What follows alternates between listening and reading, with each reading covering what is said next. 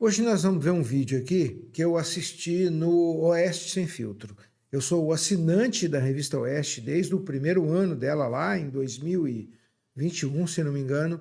Assisto o Oeste Sem Filtro quase que todo dia, só quando eu estou na estrada que não tem sinal eu não assisto. Mas se tiver sinal eu ainda coloco no telefone e vou dirigindo e ouvindo o Oeste Sem Filtro.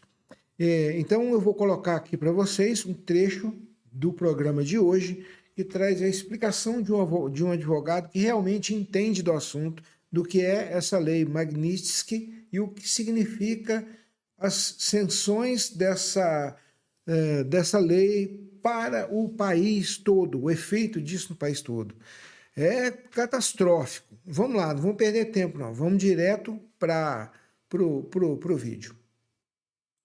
Bom, deixa eu aproveitar, a gente mencionou, queria trazer esse vídeo do advogado Davi Aragão, ele que é mestre em Direito Internacional. Ele gravou um vídeo que ele publicou, inclusive, no YouTube, explicando os impactos do possível descumprimento da Lei Magnitsky pelos bancos brasileiros. É um pouco longo, a gente vai acompanhar, mas é importante porque ele explica com bastante detalhes o que pode acontecer.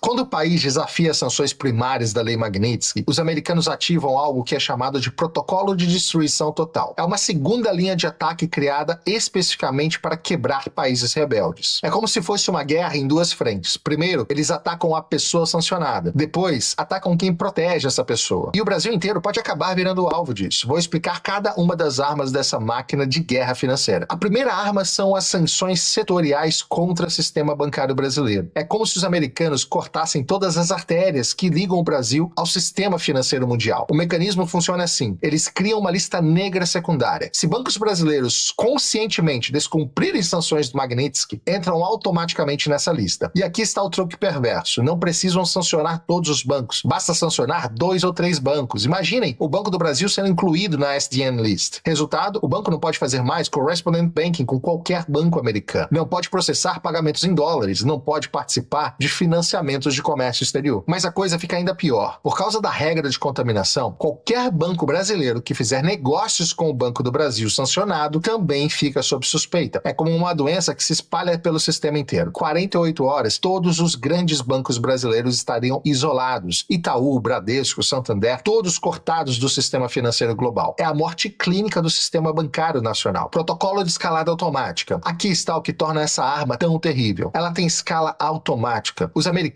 criaram um protocolo que funciona como uma máquina de guerra sem piloto. No dia 1, o primeiro banco é sancionado. No dia 3, bancos correspondentes americanos cortam relação. No dia 7, sistemas de pagamentos internacionais bloqueiam transações. No dia 15, bancos europeus cortam relações por medo de contaminação. No dia 30, o sistema bancário brasileiro está completamente isolado. É uma máquina que funciona sozinha, não precisam de nova decisão política. Tudo acontece automaticamente. E aí entra um efeito dominó tecnológico, o apagão digital. A segunda onda de ataques vem pelas empresas de tecnologia. E aqui está onde a coisa fica verdadeiramente aterrorizante. Amazon Web Services hospeda 60% da infraestrutura digital. Pessoal, dá uma olhada nessa parte. Olha o caos que vira isso. Todas essas empresas aqui prestam serviço aqui no Brasil. E elas são empresas americanas. Então, elas vão precisar parar de prestar serviço para o sistema financeiro brasileiro, porque o sistema financeiro brasileiro pode, se caso o sistema financeiro der cobertura por um sancionado, o Alexandre de Moraes. Então, está tudo interligado. Se o Banco do Brasil mantiver o Alexandre de Moraes com a conta, ou o Dino, se for sancionado também, o Banco do Brasil vai ser sancionado e as empresas que prestam serviço para o sistema financeiro que estão nos Estados Unidos vão precisar parar de prestar o serviço.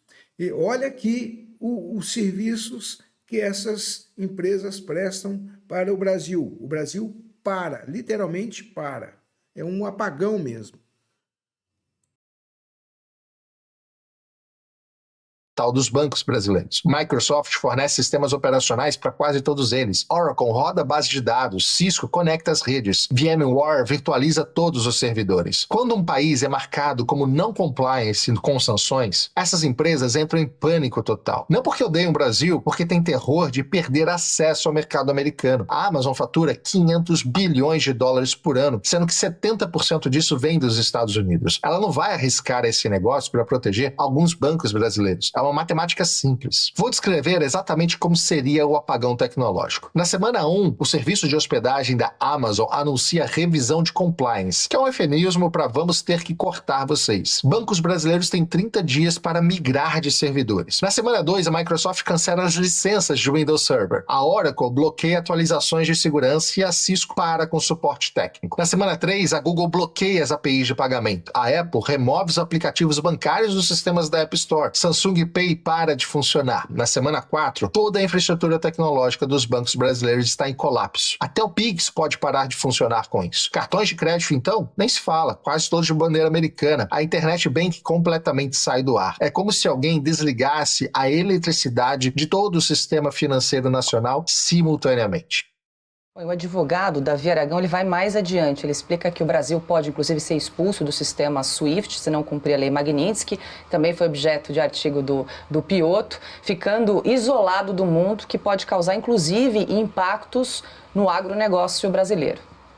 A segunda arma poderosa.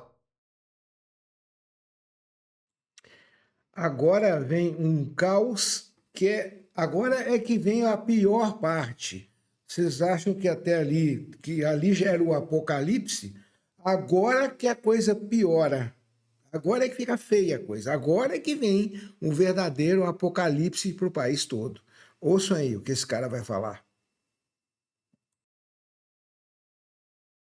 É o sequestro das reservas internacionais brasileiras. E aqui vem uma informação que vai chocar vocês. O Brasil tem 370 bilhões de dólares em reserva. Sabem onde 280 bilhões estão guardados? Em bancos americanos, europeus e treasuries do governo americano. É como guardar suas economias justamente na casa do inimigo. Os americanos não chamam isso de confisco. Eles usam termos técnicos, investigação de compliance, revisão de origem de fundos, auditoria de antilavagem, mas o resultado é o mesmo, o dinheiro fica totalmente congelado. O processo funciona mais ou menos assim. O Treasury Department, o Departamento do Tesouro, abre uma investigação administrativa sobre as reservas brasileiras. Alegam suspeita de que o dinheiro pode ser usado para facilitar violações das sanções aplicadas pela lei Magnitsky. Durante a investigação, que pode durar anos, as reservas ficam totalmente bloqueadas. O Brasil não consegue acessá-las, não consegue vender os títulos do Tesouro americano que possui, não consegue movimentar qualquer tipo de depósito. É como se o Brasil acordasse um dia e descobrisse que 75% das suas reservas internacionais viraram papel de parede. Do dia para a noite, o país fica sem capacidade de defender a sua moeda. A terceira arma, a desconexão do sistema SWIFT, é a arma nuclear do sistema financeiro internacional. SWIFT não é americano, ele é belga, na verdade, mas está totalmente dominado pelos americanos. Ele tem poder de veto sobre qualquer tipo de decisão, e quando os americanos pressionam, os europeus sempre cedem. O processo tem 3 fases. Primeiro, fazem a ameaça. SWIFT está revisando a participação de bancos brasileiros devido a violações de compliance de sanções. É um tiro de advertência. Bancos internacionais ficam apavorados, começam voluntariamente a reduzir transações com o Brasil. É como se o Brasil começasse a ficar com lepra financeira. Segundo, começam o isolamento seletivo. Bancos brasileiros ainda podem usar o SWIFT, mas com muitas restrições. Transações começam a demorar muito mais do que o tempo normal, e os custos ficam ainda maiores para as transações vindas do Brasil. É como se transformassem todas as autoestradas em estradas de terra e completamente esburacadas. Você ainda consegue chegar no seu destino, mas vai demorar 3, 4 vezes mais tempo, além de custar muito mais caro. E o terceiro, se o Brasil continuar resistindo à desconexão total, bancos brasileiros são simplesmente expulsos do sistema SWIFT. Resultado, o Brasil vira uma ilha financeira sem poder negociar com qualquer lugar do mundo. Não consegue receber pagamentos de exportações, não consegue pagar importações realizadas. O comércio internacional brasileiro para completamente, entrando em total colapso. A quarta arma, transformar commodities brasileiras em produtos tóxicos. É uma arma de destruição massiva econômica econômica. O Brasil exporta 280 bilhões de dólares por ano, 65% são commodities, soja, milho, café, minério de ferro, petróleo. Imaginem se esses produtos virassem radioativos comercialmente, ou seja, ninguém poderia comprar do Brasil sem sofrer algum tipo de sanção dos Estados Unidos. Os americanos criam o que chamam de lista de contaminação comercial. Qualquer empresa que comprar commodities brasileiras, enquanto o Brasil proteger sancionados pela Lei Magnitsky, pode ser também sancionada. É uma estratégia de terror psicológico. Eles não precisam sancionar todas as empresas. Basta sancionar 2 ou 3 grandes, como exemplo, que todas as demais irão seguir. Imagine que sancionem as americanas Cargill e Youngster Daniels Midland por comprarem soja brasileiro, que são grandes compradores. No dia seguinte, todas as outras trade companies param de comprar com medo de também serem sancionadas. É como se criassem uma epidemia de medo no mercado de commodities. O Brasil vira párea comercial do dia para a noite. A quinta arma, uma que pouca gente conhece, mas é devastadora: pressão sobre as seguradoras internacionais. Todo comércio internacional depende de seguros. Navio carregando soja precisa de um seguro marítimo. Avião carregando café vai precisar de seguro de carga também. Até a refinaria de petróleo precisa de seguro de responsabilidade civil. E 95% das seguradoras internacionais são americanas ou europeias. A Lloyd's de Londres, a AIG, a Zurich, Allianz. Quando americanos pressionam, elas param de segurar cargas brasileiras. Resultado? Navios param de sair dos portos brasileiros. Aviões param de carregar produtos brasileiros. É como se o Brasil fosse declarado não segurável.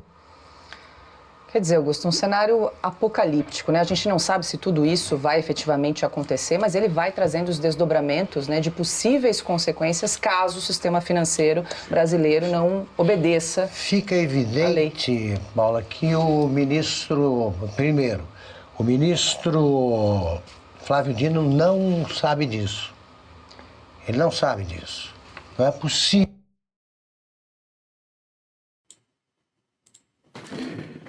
Obviamente que o Flávio Dino, eu não sei. Eu acho que ele não sabe por ignorância mesmo, por não ter conhecimento. Mas mesmo se ele souber, eu acho que ele não está nem aí para isso. Ele não se preocupa com isso.